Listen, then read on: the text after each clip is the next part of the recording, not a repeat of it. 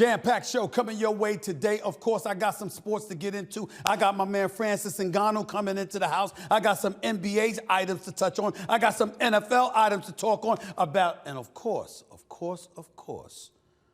you got presidential candidates on the campaign trail talking a lot of smack. They don't do that better than me, but they really, really do try. Stephen A. Smith Show in the house. Let's go.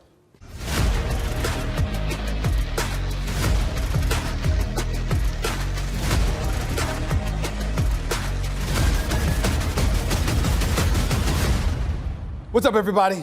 Welcome to the latest edition of the Stephen A. Smith Show, coming at you at the very least 3 times a week over the digital airwaves of YouTube and, of course, iHeartRadio. As always, I'd like to pause and take a moment to show my love and appreciation to all of my followers and subscribers. We've now eclipsed over 882,000 subscribers in just 18 months. Can't thank y'all enough for the love and support. Keep it coming. I'm going to keep on coming. By the way, over 3 million downloads as well. If you want to continue to like and follow the Stephen A. Smith Show, just click the bell to get notified for all of our new content, and you, too, shall be the latest member of the Stephen A. Smith Show family. And while you're doing so, make sure to pick up a copy of my New York Times best-selling book, Straight Shooter, a memoir of second chances and first takes, now in paperback. Just go to straightshooterbook.com to get yourself a copy. Once again, straightshooterbook.com to get yourself a copy. I'll get to my sports stuff a little bit later on in the show, okay? But the election is less than 3 weeks away, so we've got to touch on what's relevant, what's pertinent, and what's really, really touching on the pulse of the people right now. And that's politics. So we're going to get started with the race for the White House, as the presidential election is now less, again, than 3 weeks away. Forgive me for being redundant. By the way, congratulations to both candidates, because a record number of early votes were cast in the state of Georgia since yesterday. I think the number was at 328,000, according to reports. In 2020, it was 136,000. So a whole bunch of people mailed in their ballots. Keep this in mind, however, according to the statistics, most people who show up to the polls vote Republican. Most people who send in the mail-in ballots vote Democrat. Just want to point that out there. Former President Donald Trump and Vice President Kamala Harris are now focused on hitting several key battleground states. Donald Trump has spent time in Pennsylvania and Georgia this week. Meanwhile, Vice President Harris sat down for a town hall discussion in Michigan with Charlamagne Tha God himself of The Breakfast Club. Harris touched on a number of topics as she tries to become the nation's first black female president. So the campaign has sharpened its pitch toward black voters. However, recent polling suggests Donald Trump has made slight inroads with the black community, specifically black men. Here's a clip from the interview with Vice President Harris and Charlamagne Tha God addressing her campaign and her outreach for black votes. There was a couple of things that you said that people would say were talking points, but it's really just your story, even though they are becoming your greatest hits. When you talk about the middle class and your godmother being a small business owner. But that's just your story. It's my story. Look, I've been in this race 70 days. Some people are just getting to know me. Other people have known me. And I owe it. Listen, I feel very strongly I need to earn every vote, which is why I'm here having this candid conversation with you and your listeners. I have to earn people's support, and I am working to do that. Before we go to another talkback call, I want to say there was a time, I had a politician tell me once that if you're running for a national election, it's bad electoral strategy to say you are going to do things specifically for black people, which is why a lot of politicians don't speak directly to their plans for black people. Is that a thing? I don't know that that's true. I think that what is true is that I am running to be a president for everybody. But I am clear-eyed about the history and the disparities that exist for specific communities, and I'm not going to shy away from that. It doesn't mean that my policies aren't going to benefit everybody, because they are. First things first, it was really, really good to see the vice president sitting down with Charlamagne Tha God. Props to her for doing the interview.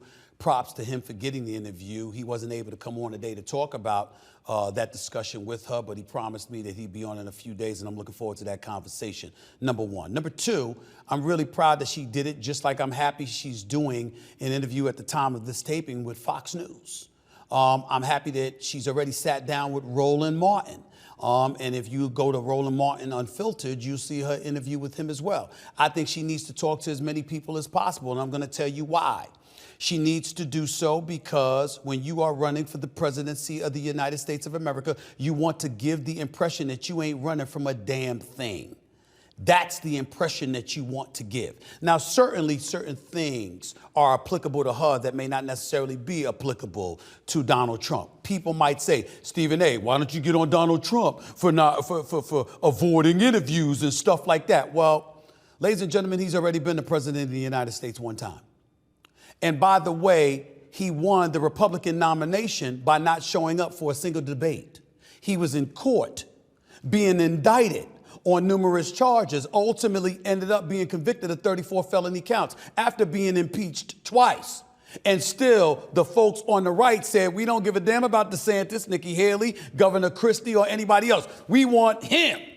So it makes perfect sense why he would avoid doing anything, because guess what? He's already been in a line of fire. I'm not excusing it. Do I think it's a kind of a punk move on his part? Yeah, but that's only after he showed up for the debate against Kamala Harris and she gave it to him. That's why I would think it's a punk move on his part. But prior to that, I'm thinking from a strategic perspective, I don't blame him one bit for avoiding interviews, because all anybody's going to ask him about, very little about his policies and more so about his perceived lawlessness or literal lawlessness, depending on who you're listening to. If you're folks on the left, he's a criminal. If you're folks on the right, it's a witch hunt. They're just trying to influence the election. I'm tired of all of that back and forth. We know what we're getting from him. A lot of people shouldn't want it. A whole bunch of people do want it. That's the situation where he's concerned. The election will show the results. When he lost to Joe Biden, he got 74+ million votes, damn it. People didn't care. The man, again, has been impeached twice. He's been convicted of multiple felonies. He's a convicted felon, and they don't care. So why am I going to waste time talking about that? Her is where the focus needs to lie. And let me be very, very clear. As a black man, I want to see this woman stand up and show that she's ready. I believe she's ready. Former prosecutor, former state attorney general in California, former senator, present-day vice president. You damn right you qualified. Act like it. And she's doing that now. Because the strategy, I'm not blaming her, but the strategy on the left from the Democrats seemed to be avoid everything. And to me, that was going to lose her the election definitively. Now it's a tight race. It's nip and tuck. It's going back and forth. I like that. I thought she was on the verge of losing with the strategy that they were employing prior to her doing these interviews. What is my evidence for this, dare you ask? Let me help you out here. Biden was the president of the United States. Was there a primary? Did I miss something? I'm asking you to just say hallelujah, yes, no, or whatever you want to my staff out here in studio. Did I miss something? Was there a primary?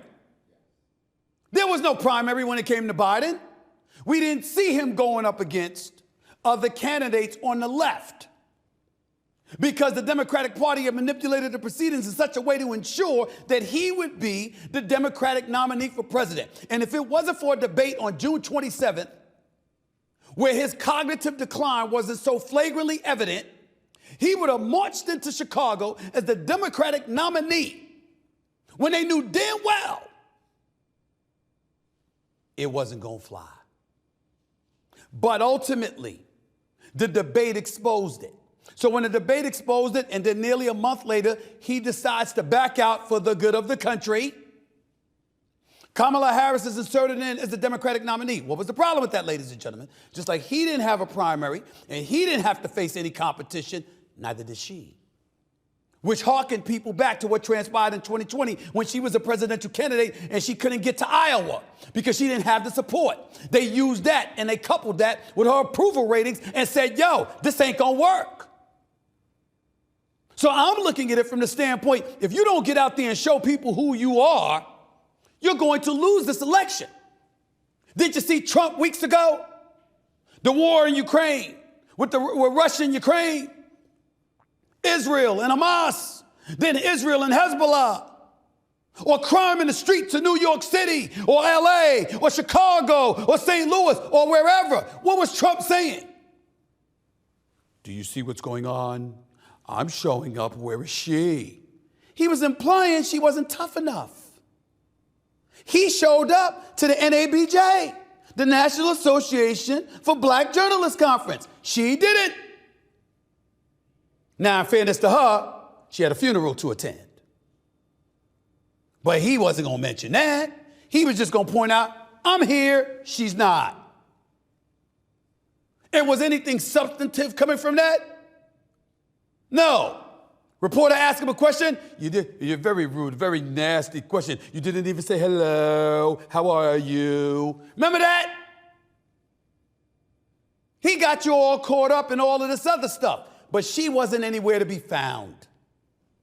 So if you're trying to win this election, you got to show up.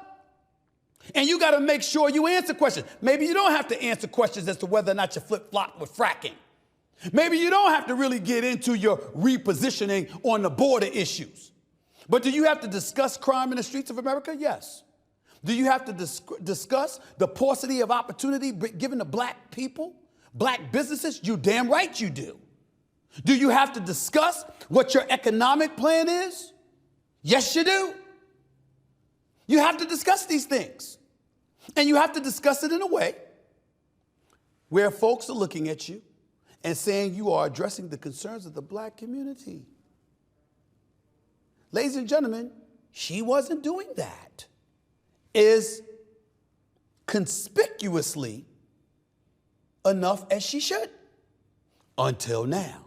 And maybe it was all planned. Wait until the election draws near. It's only a few weeks away. Now's the time to do it. Not a month ago, not 6 weeks ago. Okay. All I was saying was it needed to be done. And now if you look at the screen right here with the issues that she was addressing when she was talking to Charlamagne Tha God, I'm down for that. It was in USA Today where they talked about the issues that were addressed. And what were some of the key points?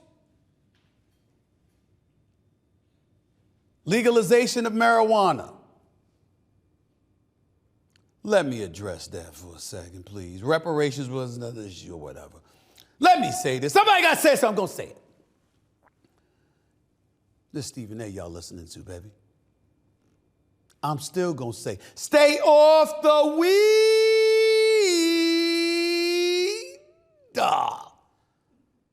I'm still going to say it. I'm still going to say it. I don't want to see people puffing and passing. I don't want to see people high. Now you home chilling with your boys or with your girls or with the family or at the barbecue or at the barbershop or something like that, I'm down. If I'm paying my hard-earned money to see you play football or basketball, I don't want to see you high. If you flying a damn plane, I don't want to see you high. If you're a conductor on a plane, I don't want to see you high. On a train, I don't want to see you high. You and Mr. Car Service, I don't want to see you high. Anything that could potentially endanger lives, I want your faculties fully aligned. Now, in fairness to her, she talked about wanting to address the legalization of marijuana because she doesn't believe people should be incarcerated for nonviolent crimes or things of that ilk.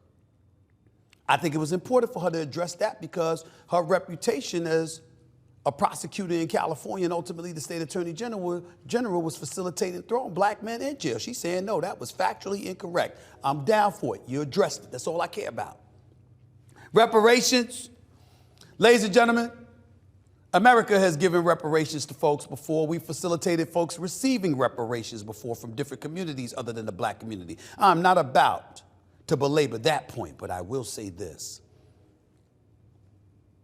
I'm about what's plausible, what's reasonably going to happen. That's just me. Before I go any further, play the clip, please. Question to you is, what's your stance on reparations? We all know that America became great, off the backs of free black labor. How progressive are you on making it a priority and righting America's wrongs? It's understood that you are running for president for all people of America.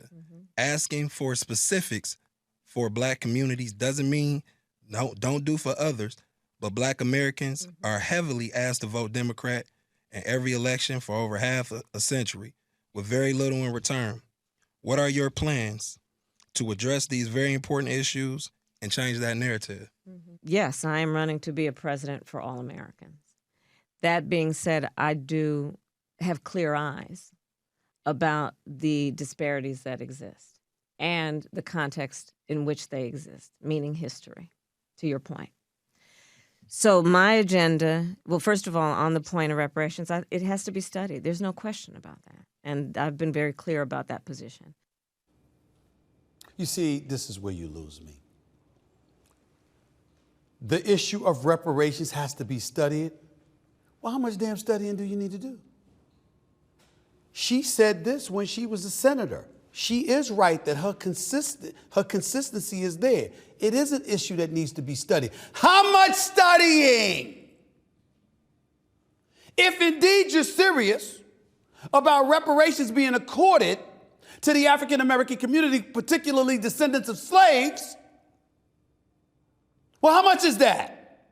Who gets it? We don't know the answer to that question. Well, you know what we do know? We damn sure have had enough time to figure that out. How come it ain't been figured out yet? Because it's lip service to my brothers and sisters in the black community. It ain't happening. Once upon a time, we made up more than 14% of the population. We've dipped to about 13%. We're no longer even the dominant minority in this country.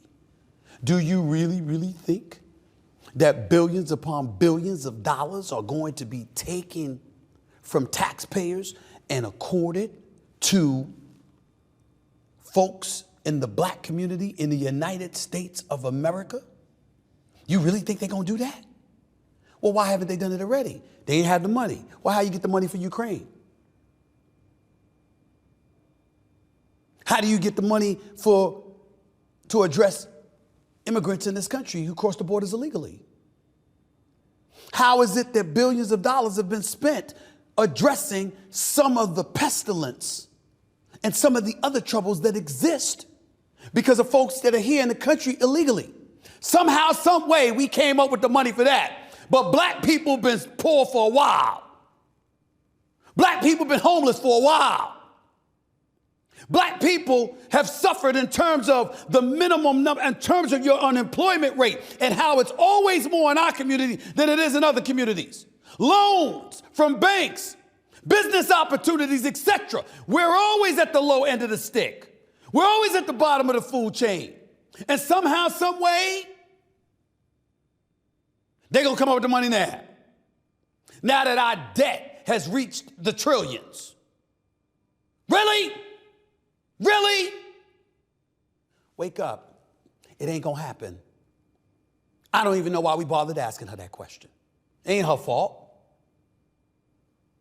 Let's understand, if Kamala Harris is going to win this election, we got to be focused on what her strong points are and what his weak points are. And I think she went a long way towards addressing that by simply taking on the challenge of finally doing what I asked. Everything you say out of your mouth is not going to be easy for folks to stomach, particularly your adversaries. You ain't going to get every vote, and that's okay. But in the end, what you want to do, if you are Vice President Kamala Harris, if you are the Democratic nominee for the presidency of the United States that is Ms. Kamala Harris, here's what you want to do. You want to say, on my worst day, I'm better than him. Because whatever it is that I do, I'll be open-minded and adjustable, capable of modifying my position for the best interest of this country, even if it means walking across the aisle to do it. Whereas he is not about anybody but himself.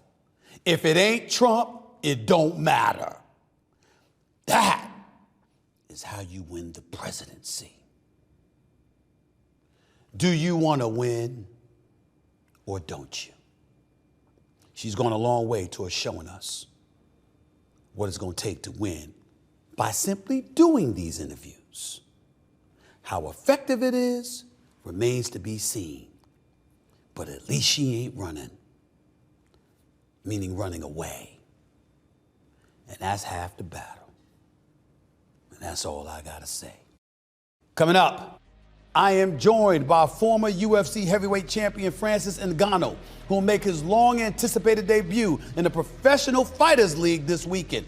Don't miss my conversation with one of the most fearsome figures in combat sports, Francis Ngannou. Next, right here on the Stephen A. Smith Show. Back with more in a minute.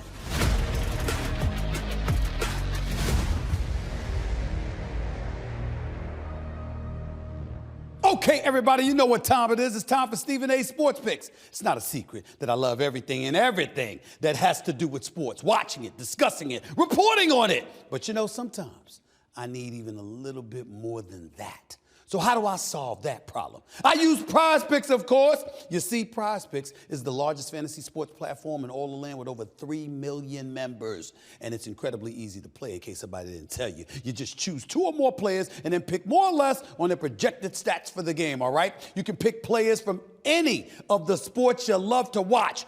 Baseball, basketball, football, tennis, hockey, even golf.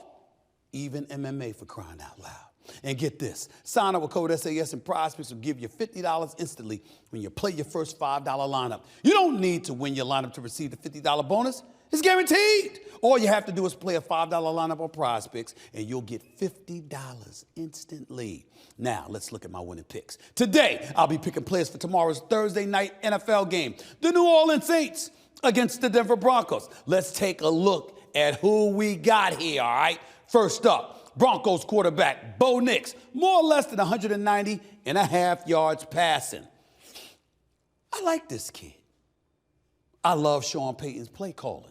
I understand they've been struggling a little bit, but I ain't gonna front. I actually expected them to be worse this year, and they're not. Okay, so I'm looking at them, and I'm gonna go with more on this one. More for Bo Nix at 190.5 passing yards. Saints quarterback Spencer Rattler, more or less than 183.5 yards passing. Look, they got stomped the other day by the Tampa Bay Buccaneers. I understand that. I'm sorry, they got their butts whipped. My power. I got to be more specific than that, all right? But they went down 17-0. They did come back in the second quarter before they ultimately nosedived in the second half. This is not Derek Carr. Damn sure ain't Drew Brees. I got all of that. But if you got Alvin Kamara, and you got a couple of the other weapons. I know Chris Olave went down with the concussion-looking issue and all of that stuff, but I'm still going to go for more for this game because I don't think Denver's that great. You can throw for more than 183.5 yards. Spencer Rattler, you can do that. We're going to go with more on it. Saints running back Alvin Kamara, more or less than 72.5 yards rushing. It's Alvin Kamara. I understand in your Denver defense, you're going to key on him, but the brother is still a stud. Make no mistake about it. They got some weapons in New Orleans, okay? I think he can get more than 72.5 yards, and I'm going to give him that benefit of the doubt. We're going to go with more on that as well. Finally, Denver running back Davante Williams, more or less than 46.5 rushing yards. If you're an NFL player and you're a start running back, and you can't run for more than 46.5 rushing yards, well, damn it, you don't need to be in the damn lineup. You don't need to be on the field, okay? And New Orleans defense, while it's good, we have to understand this is not some record-setting defense or whatever. You should be able to get more than 46.5 rushing yards. I believe he will, so I'm going with more on this one. Let's review. Let's go back to all 4 of them right now when we're looking at it. You got Davante Williams more. You got Bo Nix more. You got Alvin Kamara more. Of course, you got Spencer Rattler more. More. When we're talking Prize Picks, we like the word more. That means more money in our pocket. Ain't that what this is all about? Welcome back to the Stephen A. Smith Show. My next guest is one of the most feared men in combat sports. He's returning to action this weekend in Saudi Arabia, where he'll make his debut in the Professional Fighters League. Here's my conversation taped a few days ago with the former UFC Heavyweight Champion of the world, the one and only Francis Ngannou. My next guest is known as one of the best power punchers in MMA history. He returns to the octagon on October 19th to face the current Professional Fighters League Heavyweight Champion, Renan Ferreira, in a match billed as Battle of the Giants, live from Riyadh, Saudi Arabia. Please welcome the one, the only, the Predator himself, Mr. Francis Ngannou. What's going on, man? Long time no speak. How you been? I've been good, Steve. I've been good. Well, it's good. It's good to see you, man. It's good to see you. First of all, this fight will determine who truly reigns as the greatest heavyweight champion in the world. How have you prepared to take on this guy who's 6'8", 246 pounds? I don't think he's a tough opponent. He's very talented. He's very tough. But listen, I've been in a lot of battle, and this is not a battle that's gonna take me down. You decide to come back to MMA. Obviously, you've departed from boxing, at least momentarily. Why did you make this decision now? Well, I never left MMA at all. So just for a reference, even before I had a boxing contract, I had an MMA contract already. So this fight was already like in a conversation. So I never left. I just momentarily go to boxing. And yeah, I'm here. Last time I saw you in boxing, I got to admit I was sad because I always root for you. I never root against you. I got a lot of love for you. You went up against Anthony Joshua, and he took you out in 2 rounds. I didn't see that coming. Take me back to that experience. What was that like for you? What did you learn from it? Personally, I mean, it was a weird night for me. And I mean, I recall everything, but that wasn't a good night. That wasn't a good look, and it wasn't a way that I was thinking that fight was going to go at all. Basically after coming up, like not only like with more confidence from my training, because I trained for that fight. I was way prepared for that fight than a Fury fight. Then all of a sudden, like the fight night wasn't the same anymore. Like. Not to say he couldn't change the fight. The fight couldn't have been different, but it was a very bad experience. From the whole fight week to that wasn't a good feeling. But it's a sport. I have to learn a lot out of it. First of all, from the Fury fight, which I basically have an idea that, okay, this will not go my way either way. Doesn't matter what happened unless it's a cold knockout, which is, this is not going my way. And then the second one was even worse. Do you believe that when you fought against Tyson Fury, because of the success you had in that fight, even though you lost it, a lot of people looked at it and some people felt you won. Okay, and you lost that by decision. Do you feel like there were mistakes you made against Anthony Joshua because you were a bit overconfident because of how you feared against Tyson Fury at all? No, I wasn't overconfident. So that's something that I know for sure. Okay. What I would say is that, what happened in the Joshua fight was what they were expecting to happen in the Fury fight. And He didn't happen quite well. He didn't go their way. And then for some reason, I mean, I can't stop thinking of this or saying this, but for some reason, they hurt this fight to get this way. Because I had to be in that position, in the industry.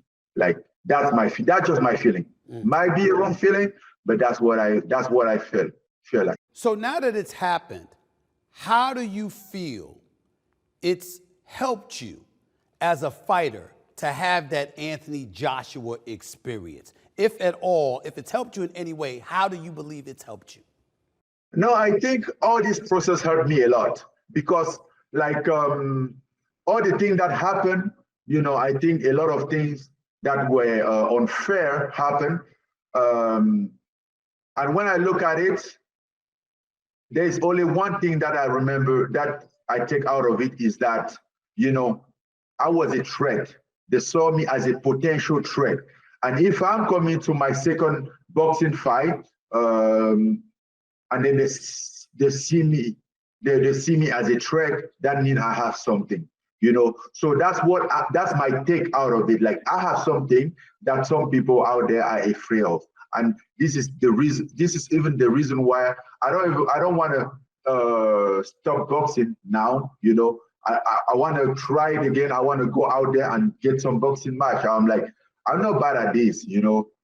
I'm telling you, I can do way better than that. And they know I could have done way better than that. You're going up against this guy, 6'8", 246 pounds. I want you to talk about what is it going to be like going up against him, not just in terms of the fight itself, but the experiences you've had and how you think that's going to help you in this particular match. Well, I think my experience overall that's going to help me in this game is like, I would say it's my life experience overall. You know, the biggest battle in life doesn't always happen in the ring or in the octagon. The biggest battle in life can happen like off stage, far from every side, all the eyes, you know. So, and that have always been my strength. That have always been my my experience. That has always been my motivation. What I lean on to carry on my fight, to wake up every day, you know. So, and I think I'm in the moment of my life, especially this moment that I have all the reason. You know, I have the biggest purpose to keep fighting, to fight for, and no a 6'8" or 6'12" or whatever it is going to stand my way. And you know, because I have a very different approach of this fight. I'm fighting this fight for a way more bigger purpose. Yeah, and when you say bigger purpose, I got to tell you, let me make this statement before I ask you my next question. I've seen you before fights, like before you fought Cyril Gahn. I've seen you before other fights, before you fought Stipe Miocic, back in the day as well. I've seen you before fights, and you can be very menacing, but you're one of the nicest people on the planet. I mean, I look at you, you got smiles for most people. You're shaking hands. You're a fun-loving guy. I mean, you'll put most people on the planet to sleep, for crying out loud. But you're a really, really, really nice guy. I mean, I've met you a few times. I think you're one of the nicest people in professional sports. I'm wondering, as you continue forward with your career as a fighter, what have you learned works for you? What does it for you? What makes you who you are and ultimately who you want to be? You know, I think that's a very good question, and I really like it because most of the time, people always associate us to our job, which is quite different. You know, I love combat sport a lot, but it's still like a part of my life. In fact, it's not me being mean, it's not me hitting people, it's my punch. So I can be nice and my punch being mean when it needs to, you know, when it's the in the element of like fighting, I have to fight, you know, but that doesn't have to be my character or my attitude or my behavior out of the octagon. I think those things are very separate. And for me, he always worked well. Like, I just a fighter. I'm fighting this guy. I'm gonna go there and do everything to take him out. But personally, I really have nothing against him. I wish him all the best. After this fight, even during this fight, I want to win. Take him out of my way. Continue my life. You know, it's just a sport. At the end of the day, any of us, we are just out here trying to make a living for ourselves, trying to make a name, to make a statement of ourselves, and maybe provide for our family along the way. You know, trying to make a goal, give a sense in our life. But it's not a war. We are not enemies, and I don't really find a reason to act otherwise, you know, like, yes, when I'm in the fight, I do everything that it takes. But just as if it was like a riding, like a bike riding or like a car driving, we were competing. It's just a competition. You know, it's not my life. It's not who I am. It's not what will find me. I decide to do that. It doesn't do me. The job doesn't do me. I understand. It's reported that you're going to make pretty much over $10 million for this fight. Is that true? Really? That's what they said? That's what they're saying. I haven't checked that. That's what they're saying. That's what they're saying. You know, that's what they're saying. And I got to tell you, if that is true, I hope it. I really hope that it is true. I want you to earn all the money that you can possibly make? Because when you consider your backstory and the challenges that you've had to get to this point in your life, it's truly inspirational. How do you feel and how do you want the world to feel about the path that you've taken and what you've done to get to the point where you are today? What is it that you want people to know about you at this point in time in your life, considering all your life entails? Well, first of all, I want to come back to your statement. Yes, I'm going to certainly make a lot of money that I'm not going to disclose the amount. Whatever it is good enough for me to be happy with it, to be feel satisfied and well paid, you know. But also at the end of the day, I think what I want people to know about me, to understand, is that it's not about me winning or not. It's about me fighting. It's about me participating. It's about me taking action for my life to make something out of my life and give everything that I have to make my life better. And he have always been like that. You know, from the beginning, nobody believed that I could have make it here, but not that I personally, I knew that I was going to get here, but he was all about like trying and give everything, do my possible, don't back down, you know, don't have a regret in my life, you know, by not doing it. Just go after it. If it doesn't work, it doesn't work. It's okay. It's my life.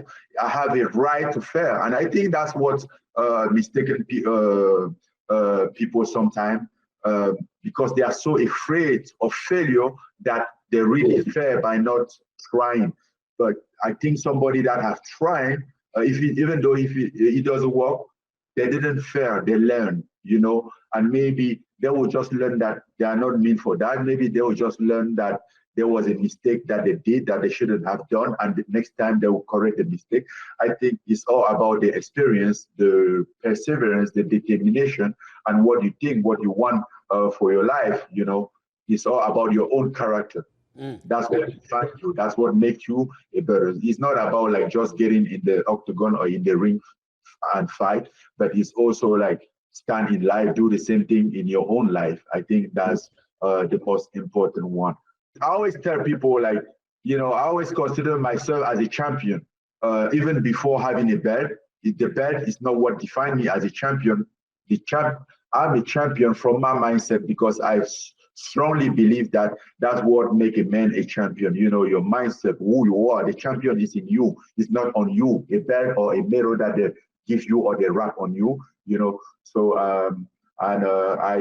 I also know like some underground people that I truly respect, that nobody know about them. They are just a single father every day, doing their best to provide for their family. But for me, they are champions. You know, they are the greatest champion because they fight hard. They have the champion mentality, and it's all about the mentality, the mindset. Very last question. Very last question. Those are words to live by for all of us, regardless of what profession you're in. Make no mistake about that. What are we going to see from you October 19th? Against Ferreira, and most importantly, what will we see from you, assuming you win that fight? What will we see from you thereafter? Well, what we see from me on October 19, I think is me more determined, with fighting for something bigger than just a fight, fighting for life, fighting for some more for just against Renan, for something bigger than Renan Ferreira. Unfortunately, he's the one that is on my path in that position, so I'm gonna look that at him. And then on October 19, I truly going to be taking this fight for my past son that passed away 5 months ago, Kobe. Very sorry to hear that. Thank you. The one and only Francis Ngannou right here with Stephen A, man. Thanks to you, my brother. I really, really appreciate it. Wishing you all the best of luck. I'll be rooting for you as always, and I'll see you soon, all right? And I promise you, when you see me, you're gonna see me throwing better shots. I promise you that. I hope so. I'm excited to see that. That's right. That's right. All right, buddy. You take care. All right. I'll see you soon. Okay. Thank you, Stephen. Bye. All right. The one and only Francis Ngannou, the Predator. You can catch PFL's Battle of the Giants on DAZN and ESPN Plus on October 19th. Make sure you do not miss it. Thanks again to the one and only Francis Ngannou. That is an incredibly, incredibly nice man. It took no joy. I felt no joy in watching him get knocked out by Anthony Joshua, okay? I thought he was the man of steel. I didn't know that was capable of happening, but it happened. Shows you we're all human at the end of the day. But boy, what a really, really nice guy he is. Coming up, Tom Brady is now an NFL owner. So how does he do that and call games as a lead analyst for Fox? We'll get into that and the latest on Kawhi Leonard. Stephen A. Smith Show in the house. Back at you with more in a minute.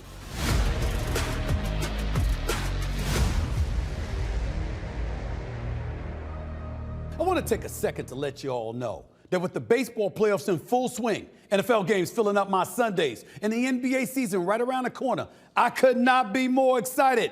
But what is even more exciting is that PrizePicks wants to help you cash in on every single one of those big-time games. You see, PrizePicks is a daily fantasy app where you can pick 2 or more of your favorite players, and then you simply select more or less on their projected stats for the game. Pick one player's rushing yards, another's rebounds, and even another's total hits, all in the same entry. I make my picks and submit early, all in less than 60 seconds. Then I sit back, enjoy the games, and watch all that big-time money roll in. And get this, sign up with code SAS, and PrizePicks will give you $50 instantly when you play your first $5 lineup. You don't need to win your lineup to receive the $50 bonus. It's guaranteed. All you have to do is play a $5 lineup on PrizePicks, and you'll get $50 instantly. Pick more, pick less.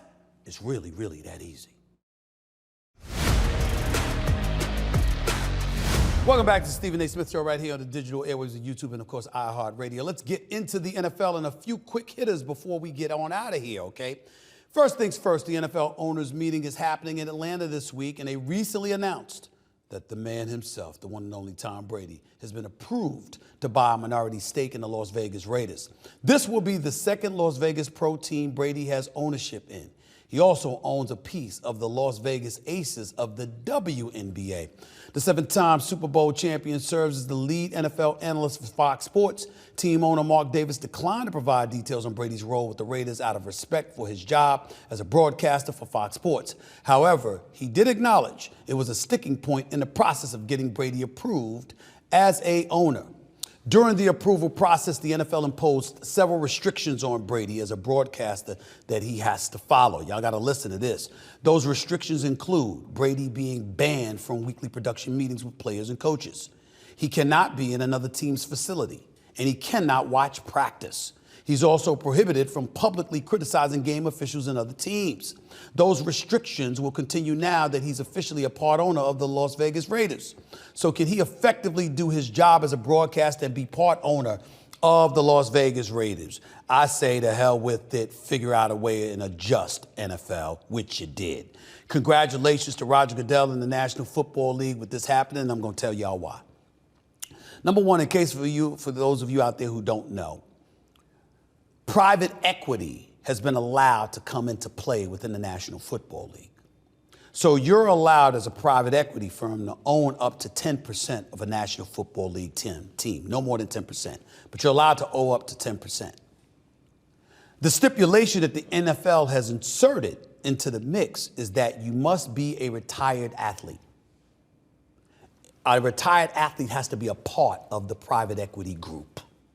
So no matter how much money you got, no matter how much cachet you want to bring to the table, you want to own a piece of a National Football League team, a member of your group needs to be a former professional athlete. Because why? You see players who participated to the upliftment and the growth of a sport, and then they get thrown out like the bathwater the second their careers are over. This is an opportunity for them to re-engage, not to have to be on television working as broadcasters or commentators in order to still be relevant in their respective sport. They can actually now have an ownership stake too. So I want to applaud the NFL on that little nugget of information. As it pertains to Tom Brady, ladies and gentlemen, there's exceptions to every rule.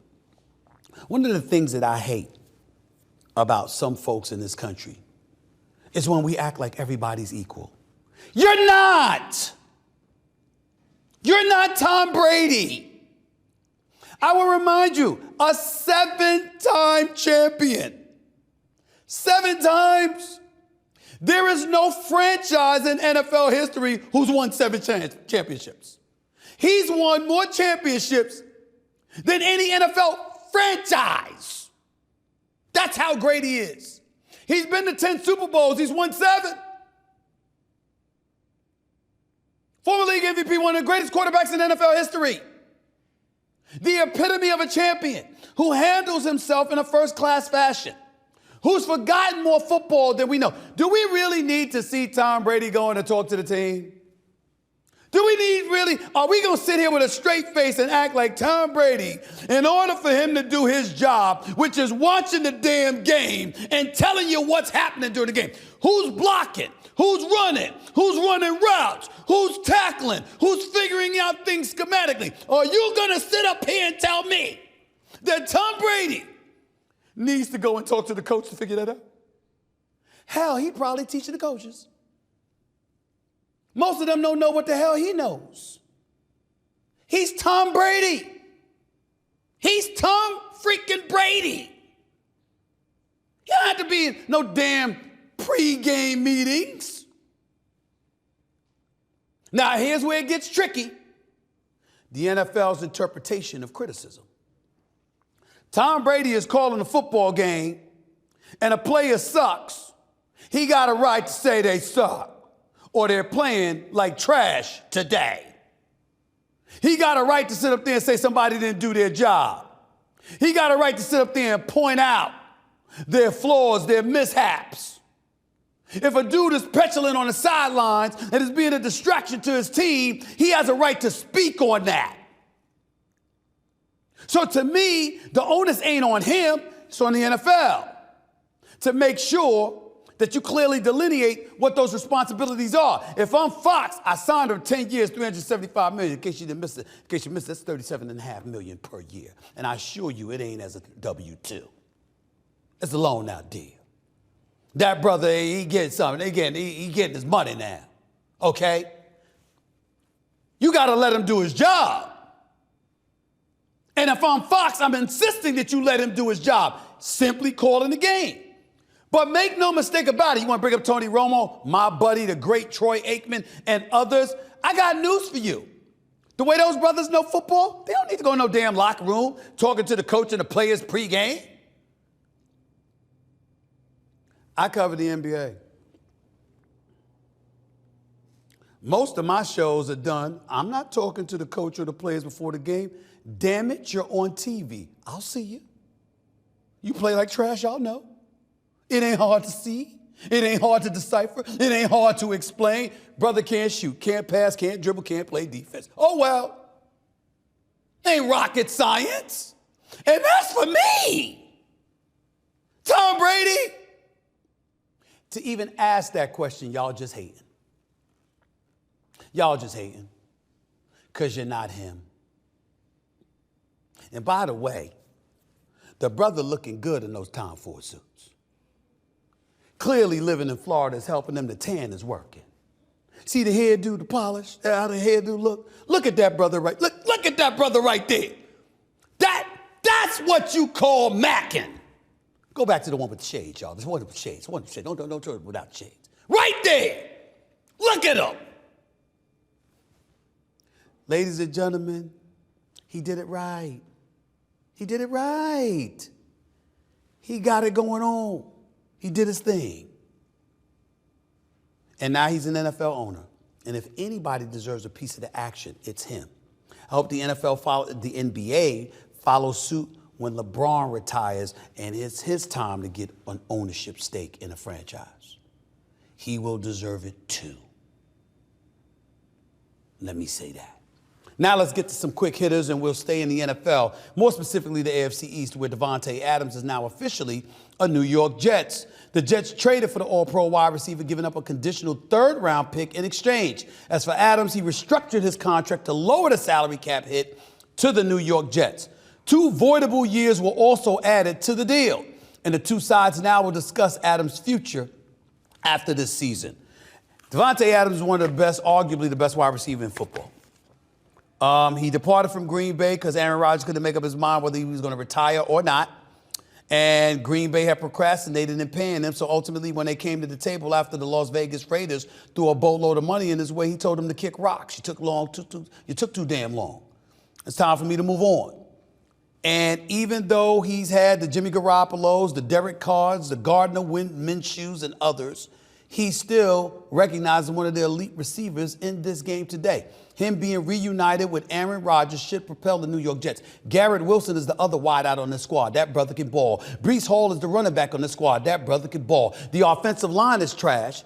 I don't know what the hell is going wrong with Tyron Smith and how awful this future Hall of Famer has been this year. He can't block any damn body. He's already given up five sacks and 16 pressures. Something's got to give. But in the end, this comes down to Aaron Rodgers. When you got that kind of talent surrounding you and you got that defense, it's about you, bruh.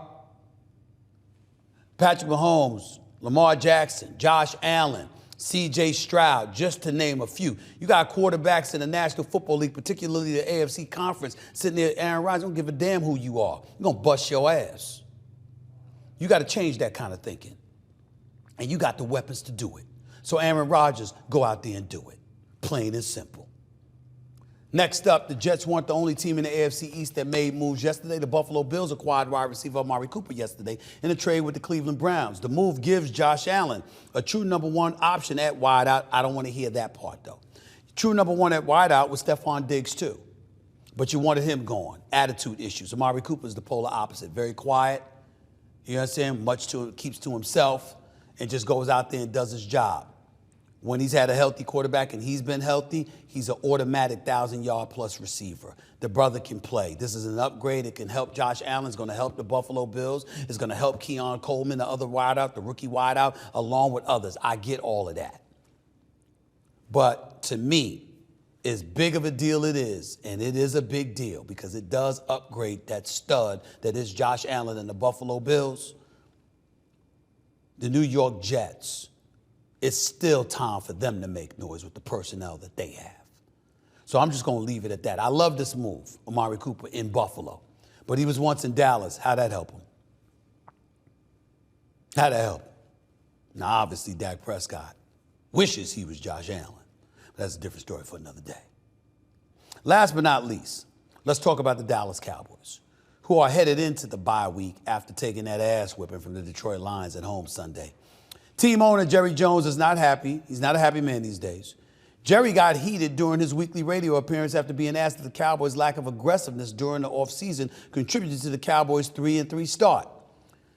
Take a listen to this, y'all, for yourselves. Him talking to a radio host. Listen to this. Now, don't tell me about should gotten a guy in the offseason. Why not? This isn't a damn word argument just because I'm not arguing with you. I'm dealing with how we line up against San Francisco. Not what I did wrong last week or last month or 2 months ago or 2 years ago. If I really gave you guys a list of all the things I've done wrong over the last few years, you couldn't be on this program for the next 5 years steady. Now, if you think I'm interested on a damn phone call with you over a radio and sitting here and throwing all the good out with the dishwater, you have got to be smoking something over there this morning. This is not your job. Your job isn't to let me go over all the reasons that I did something and I'm sorry that I did it. That's not your job. Well, my job is to ask why. A job, or I'll get somebody else to ask these questions, man. Jerry, we're trying to figure out why the team is. I'm not kidding you. I'm not kidding you. You're not going to figure out what the team is doing right or wrong. If you are, or any 5 or 10 like you, you need to come to this meeting I'm going to today. There are 32 teams here. You're geniuses. Jerry, okay? Y'all really think you're going to sit here with a microphone and tell me all of the things that I've done wrong and without going over the rights? Ladies and gentlemen, on this show, the Stephen A. Smith Show, that I own and operate, let me say it was a privilege to have Jerry Jones on this show as a guest a few weeks ago when he came on for an hour and 15 minutes. I know Jerry. I've got a good relationship with Jerry. I respect this man. He was never more wrong than in that interview. He should be ashamed of himself. That was bullying in a very flagrant fashion. You threatened a man's job because he asked you a question about a team you swore would contend, and they look like hot garbage right now.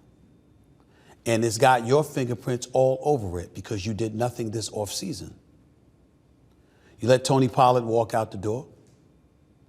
You let other players walk out the door. You paid Dak Prescott, and you procrastinated before doing that. You paid CeeDee Lamb, you procrastinated before doing that. Had you paid them a couple of months earlier, you would have had an additional $20 million in cap space. You had Derrick Henry, a former Tennessee Titan, who lives in Dallas in the offseason, publicly declaring he wanted to be a Dallas Cowboy. You never even gave him a call, and all it cost the Baltimore Ravens to get him was $8 million. It probably would have cost you $6, Jerry, because you're in a no-state income tax state like Texas. And what does Derrick Henry do in the aftermath of signing with Baltimore? He shows up in Dallas on a Sunday afternoon and whips y'all living ass, runs for 151 yards. And you've seen everybody running roughshod over y'all, and the Detroit Lions walked into your house and not only smacked y'all around 47-9, blew you out of the stadium, but had more Detroit Lions fans in the stadium than Dallas Cowboy fans, chanting about the Lions, go, blah, blah, blah, blah, blah. And you're going to take that out on a radio host? Now, we have to call it like we see it on this show. And I've said this already, so I'm not going to be ultimately redundant on, from my day job, but it is important to point out that I take no pleasure in saying any of this. I do like Jerry. I am fond of Jerry. I've gotten to know him, and there's a lot of conversations he has with me that he doesn't have with everybody else. But to see him act like that on the radio shows me that it's getting to him. That means your team stinks. You know they're not good enough. You know they're not going anywhere. And you finally know that you're the cause. Because had you done something to improve this roster, they wouldn't look as soft as cottonelle tissue. But that's what we're looking at here. And for those out there that want to sit up there and dismiss a media member being targeted the way that he was, let me remind y'all that people who do media is an extension of you, the audience, because you don't get to talk to these people and cultivate relationships with these people the way we in the media do. If the reporters had done something unfair, I would have been the first to bring it up. There is nothing unfair about what has happened to the Dallas Cowboys and Jerry Jones. You have a quarterback that's won 2 playoff games in 8 years and still demanded the largest contract on the market just because he plays in the National Football League as a starting quarterback. You got defenders that are letting running backs run through the line of scrimmage 8, 9, 10 yards before they're even touched. This team is soft. Not from Stephen A. Smith. Football players who've played in the National Football League, who've won championships in the National Football League, who are experts on football, are speaking against their own brethren, calling the Dallas Cowboys soft. That ain't about a reporter, Jerry. That ain't about a radio host. That's about your team. And since you have unapologetically declared to the world that you're the one who makes the decisions, that means it's about you. You better than that, my man. You're supposed to be better than that. Before I get on out of here, go to one last quick hitter where the Los Angeles Clippers are set to open their season in their new arena, the Intuit Dome in Inglewood, California. Unfortunately for the team, brace yourself. Breaking news, surprising news. I mean, it's going to shock you. Kawhi Leonard might not be there, because the team ruled him out for the remainder of the preseason due to inflammation in his right knee. In fact, Leonard, who was briefly part of Team USA this summer, has not participated in contract drills in training camp. Head coach Tyronn Lue says Leonard has spent practices strengthening his knee and hopes he can start the regular season. Are we going to just say it? The dude is never healthy. He's always hurt. Somehow, some way, whether it's his uncle or whether it's people within his inner circle, this brother is an expert at hoodwinking the Clippers into thinking he's healthy enough just to get a new contract before the minute that the ink didn't even dry. And his ass can't play.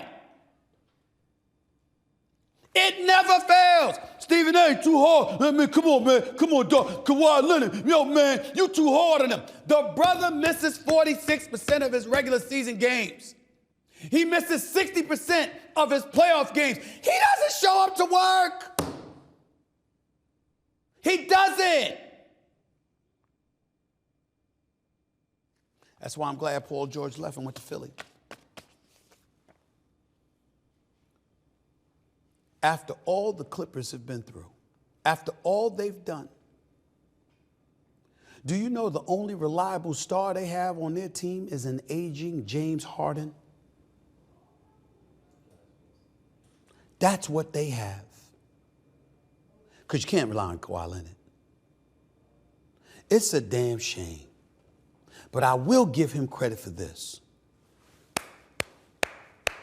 Props to you, my brother. I can take notes from you. You always get paid. Half the time you ain't working. That's a skill. You're really good. You are really good, you. You're really good, you. At that.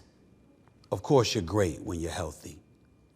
But hell, we ain't even bringing that up. Kawhi Leonard and health is a damn oxymoron. It doesn't exist. Jesus. Steve Ballmer, Lawrence Frank, Clippers organization in advance, before a regular season game has even been played. My condolences. His ass ain't never healthy. He's starting off the season not healthy now. So you damn well know once the playoffs arrive in April, he ain't gonna be healthy then either. My condolences in advance. That's it for this edition of the Stephen A. Smith Show. I'll holler at y'all tomorrow. By the way, unless I get touched by Kawhi Leonard, if that happens, I might not show up to work. I might need a break. I'm just saying. I'm just saying.